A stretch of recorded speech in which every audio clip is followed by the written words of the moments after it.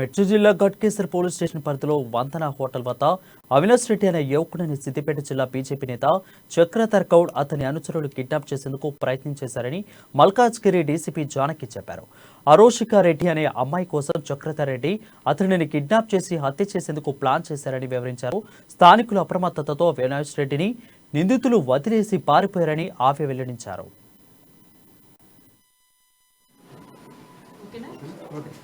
Avinash Reddy evening 5:30కి మనకు complaint ఇచ్చాడు. Actually మేము కంప్లైంట్ ఇవ్వగానే ఇమీడియట్గా అతను ఇచ్చిన వెహికల్ నెంబర్ని ఆధారంగా చేసుకొని ఆ వెహికల్ నెంబర్ వచ్చేసి మనకు MG హెక్టర్ వెహికల్ వాళ్ళని పట్టుకుని రావడం జరిగింది.